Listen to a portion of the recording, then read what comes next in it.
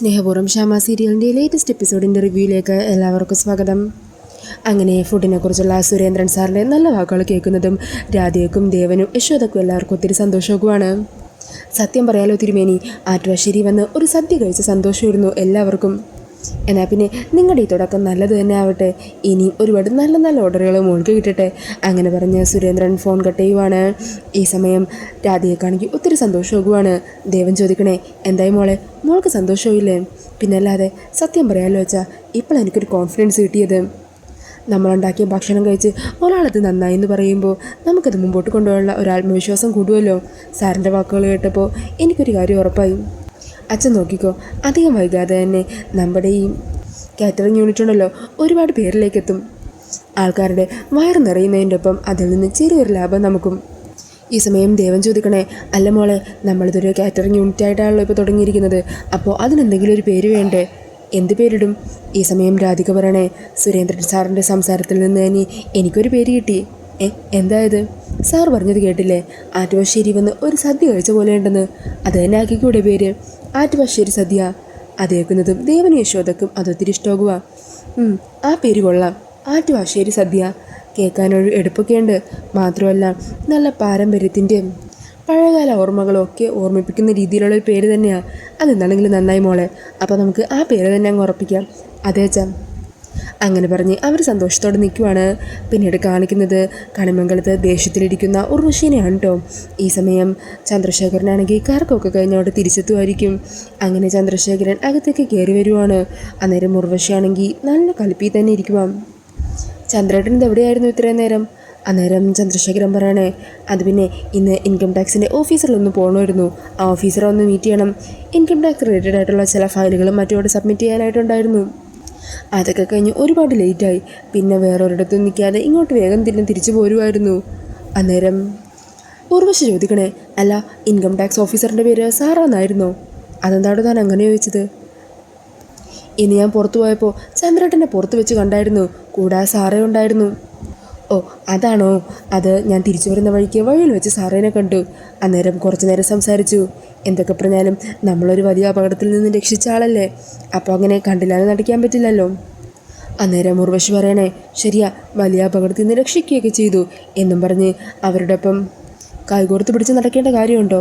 എന്താ ഞാൻ ചോദിച്ചതിന് മറുപടിയൊന്നുമില്ലേ?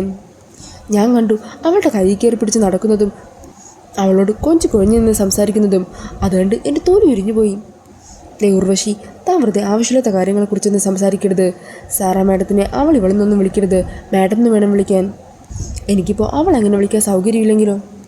ഉർവശി, താൻ വെറുതെ വിദ്യാഭ്യാസം ഇല്ലാതെ ഇത്ര സംസ്കാരമില്ലാത്ത രീതിയിൽ പെരുമാറരുത്. സാറാ മാഡം വിവരവും വിദ്യാഭ്യാസം അനുഭവ സമ്പത്തും ഒക്കെ ഉള്ള ഒരാളാണ്. അത് കേൾക്കുന്നതും ഉർവശിക്കങ്ങ് ദേഷ്യം കയറണേ. ഓ അത് ശരി, ഞാൻ പഠിപ്പില്ലാത്തവളാ, സംസ്കാരമോ അനുഭവ സമ്പത്തോ ഒന്നുമില്ല, അതുകൊണ്ടിപ്പോൾ എന്താ നിങ്ങൾക്ക് എന്നെ വേണ്ടെന്ന് തോന്നിയോ? അതിന് പകരം ഇതെല്ലാം ഒത്തുചേർന്ന അവളെ കൂടെ കൊണ്ട് നടക്കാൻ തോന്നുന്നുണ്ടോ? ഉണ്ടെങ്കിൽ പറ. എന്താ നിങ്ങൾക്കിപ്പോൾ ഒന്നും പറയാനില്ലേ?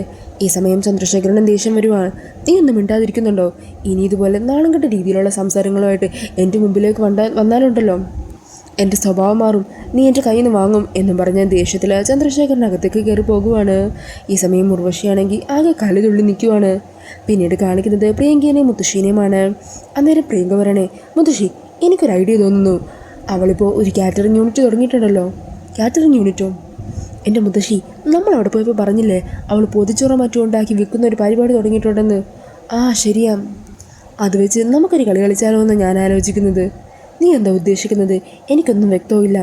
എൻ്റെ മുത്തശ്ശി, നമ്മളൊരു 10-100 പേർക്കുള്ള ചോറ് അവളുടെ കാറ്ററിംഗ് യൂണിറ്റിൽ നിന്നും ഓർഡർ ചെയ്യുന്നു. നമുക്കാണെന്നോ സിനിമയുടെ ഷൂട്ടിംഗ് ലൊക്കേഷനിലേക്കാണെന്നോ ഒന്നും പറയണ്ട. നമുക്ക് ആ പ്രൊഡക്ഷൻ കൺട്രോളോ മാനേജറെ വിടാം. അവരാണെങ്കിൽ ദിവസം എന്തോരം കള്ളം പറയുന്നതാ. എന്തെങ്കിലും ഒരു കള്ളം പറഞ്ഞ് അവൾ വിശ്വസിച്ചോളും. എന്നിട്ട് അവളെ കൊണ്ട് ഭക്ഷണവുമായിട്ട് ഈ ലൊക്കേഷനിലൊന്ന് എത്തിക്കണം. എത്തിക്കിട്ടിയാൽ മാത്രം മതി. പിന്നെ അവൾ നമ്മുടെ കാഴ്ചവെട്ടിലായിരിക്കും. നമ്മൾ ആ ഭക്ഷണം കഴിച്ചിട്ട് കൊള്ളില്ലെന്ന് പറഞ്ഞു കഴിഞ്ഞാൽ നമ്മുടെ ശമ്പളം വാങ്ങിക്കുന്ന ഇവിടെയുള്ള എല്ലാവരും അതേപോലെ തന്നെ മറുപടി പറയില്ലേ? അങ്ങനെയുള്ളപ്പോൾ അവളുടെ വലിയ പാചകക്കാരിയാണെന്നുള്ള അഹങ്കാരം അങ്ങ് മാറിക്കിട്ടും. അവളെല്ലാവരുടെയും മുമ്പിൽ നാണം കെടും.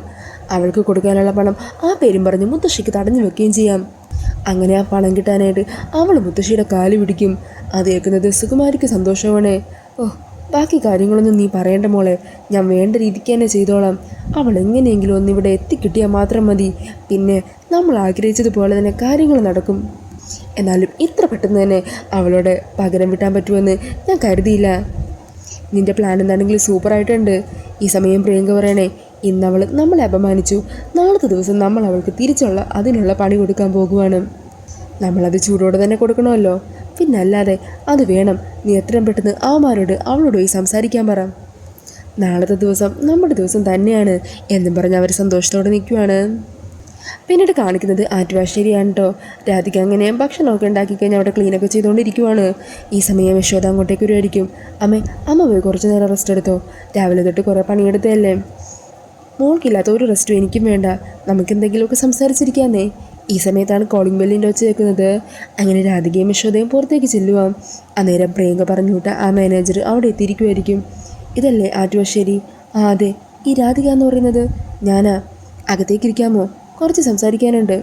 അതിനെന്താ, വന്നോളൂ. കുട്ടി പൊതിച്ചോറൊക്കെ ഉണ്ടാക്കി കുറേ പേർക്ക് ഇപ്പോൾ കൊടുക്കുന്നുണ്ടല്ലേ.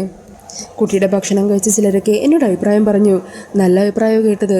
അതുകൊണ്ടാണ് ഞാൻ കുട്ടിയുടെ വീടന്വേഷിച്ച് ഇവിടെ വരെ എത്തിയത്. നാളത്തേക്ക് ഒരു 100 പേർക്കുള്ള സദ്യ തയ്യാറാക്കണം. അക്കാര്യം കുട്ടി അറിയിക്കാനാണ് ഞാനിവിടെ വന്നത്. അത് കേൾക്കുന്നതും രാധിക യശോദയൊന്ന് നെട്ടണേ. അയ്യോ, 100 പേർക്കുള്ള സദ്യയോ? സത്യം പറയാലോ, ഞങ്ങളിപ്പോൾ ബിസിനസ് തുടങ്ങിയതേ ഉള്ളൂ. അതുകൊണ്ട് തന്നെ ഇത്തരം ഒരു ഓർഡർ ഇന്നത്തെ ഈ അവസ്ഥയിൽ ഞങ്ങളെ കൊണ്ട് പറ്റില്ല. അതുകൊണ്ട് നിങ്ങൾ ഇവിടെ അടുത്ത് മറ്റേതെങ്കിലും നല്ല ഫുഡ് ഉണ്ടാക്കുന്ന സ്ഥലത്ത് പോയി കാര്യം അന്വേഷിക്കുന്നതായിരിക്കും നല്ലത്. അന്നേരം അയാൾ പറയണേ, അങ്ങനെ മറ്റേതെങ്കിലും സ്ഥലം ഉണ്ടായെങ്കിൽ ഞാൻ നേരത്തെ അങ്ങോട്ടേക്ക് പോകുമല്ലോ. നിങ്ങളുടെ ഭക്ഷണം വളരെ നല്ലതാണെന്ന് അറിഞ്ഞതുകൊണ്ടാണ് ഇങ്ങോട്ട് തന്നെ വന്നത്. നാളത്തെ ആ ഫംഗ്ഷനിൽ പങ്കെടുക്കാനായിട്ട് കുറേ വിശേഷപ്പെട്ട ആൾക്കാരൊക്കെ വരുന്നുണ്ട്.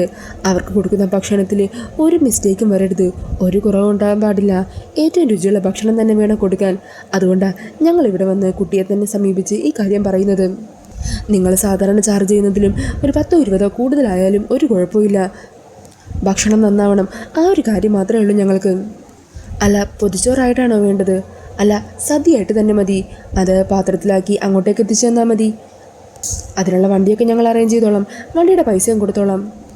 കൃത്യസമയത്ത് ഫുഡ് എത്തിച്ചാൽ മാത്രം മതി. അന്നേരം രാധിക പറയണേ, ഇത്രയും ദൂരത്തു നിന്ന് വന്ന് ഇങ്ങനൊരു കാര്യം ആവശ്യപ്പെടുമ്പോൾ ഞങ്ങൾ എങ്ങനെയാണ് പറ്റില്ല എന്ന് പറയുന്നത്? ഞങ്ങൾ ചെയ്യാം. എന്നാൽ ശരി, ഒത്തിരി സന്തോഷമായി. ഇതാ അഡ്വാൻസ് ആയിട്ട് 5000 രൂപ. ബാക്കി എത്രയാണെന്ന് നിങ്ങൾ അവിടെ വരുമ്പോൾ പറഞ്ഞാൽ മതി. എത്രയാണെങ്കിലും ഞങ്ങൾ തന്നിരിക്കും.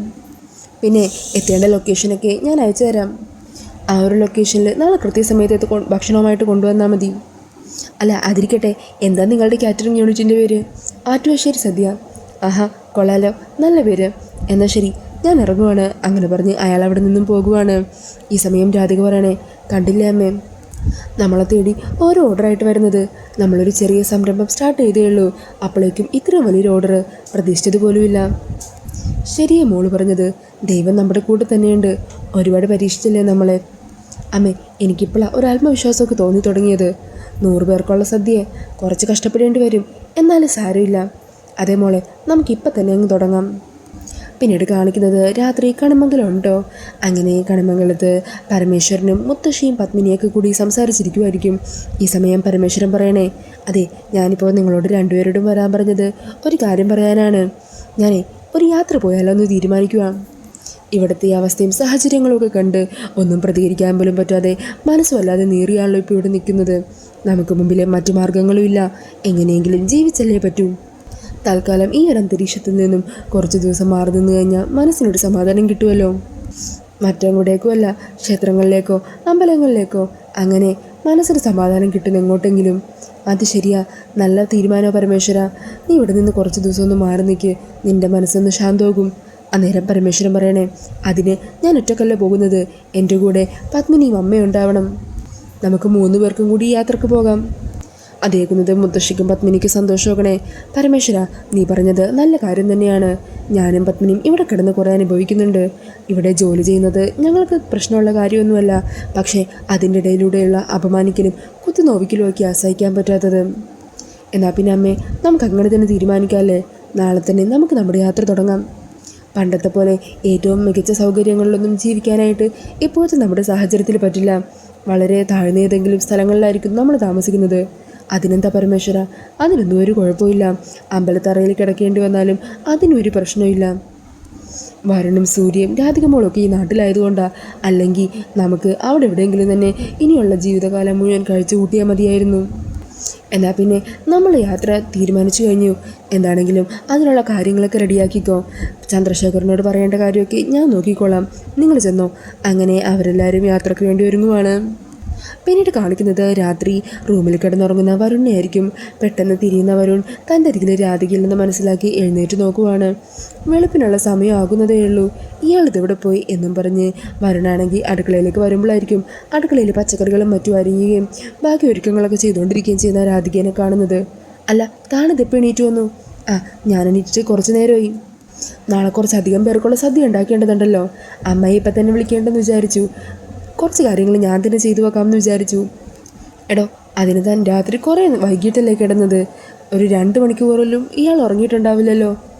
അതൊന്നും സാരമില്ല വരുൺ, ജോലിയൊക്കെ കഴിഞ്ഞ് നാളെ പകലാണെങ്കിലും ഉറങ്ങാമല്ലോ. എടോ രാധികെ, സത്യം പറഞ്ഞാൽ ഇതെല്ലാം എൻ്റെ പിടിപ്പ് വീടുകൊണ്ടാണ് ഇങ്ങനെയൊക്കെ സംഭവിച്ചതെന്നാണ് എനിക്കിപ്പോൾ തോന്നുന്നത്. ഞാൻ കാരണമല്ലേ തനിക്കിങ്ങനെ രാവെന്നോ പകലെന്നോ ഇല്ലാതെ കഷ്ടപ്പെടേണ്ടി വരുന്നത്. എല്ലാം എൻ്റെ ശ്രദ്ധക്കുറവ് തന്നെയാണ്. അങ്ങനെ വരുൺ ഓരോന്ന് പറഞ്ഞുകൊണ്ടിരിക്കുവാണ് കേട്ടോ. അതേക്കുന്നതും രാധിക ചിരണ്ടിക്കൊണ്ടിരുന്ന തേങ്ങ കുറച്ചെടുത്ത് വരുണിൻ്റെ വായിലേക്ക് വെച്ച് കൊടുക്കണേ. ഇനി ഇങ്ങനെ എന്തെങ്കിലും ചെയ്താലേ വരുണിൻ്റെ വാ കുറച്ച് നേരമെങ്കിലും നടഞ്ഞിരിക്കൂ. ചുമ്മാ ആവശ്യമില്ലാത്ത കാര്യമൊന്നും പറയല്ലേ വരുൺ. വരുൺ ഓർമ്മയുണ്ടോ, മുമ്പ് കമ്പനീൻ്റെ 3-4 വർഷത്തെ ഫയൽ ഒരു ദിവസം രാത്രി വരുൺ നോക്കിക്കൊണ്ടിരുന്നത്? അന്നേരം വരുൺ ഉറങ്ങുന്നില്ലെന്ന് ഞാൻ ചോദിച്ചപ്പോൾ വരുൺ എന്താ മറുപടി പറഞ്ഞതെന്നറിയോ?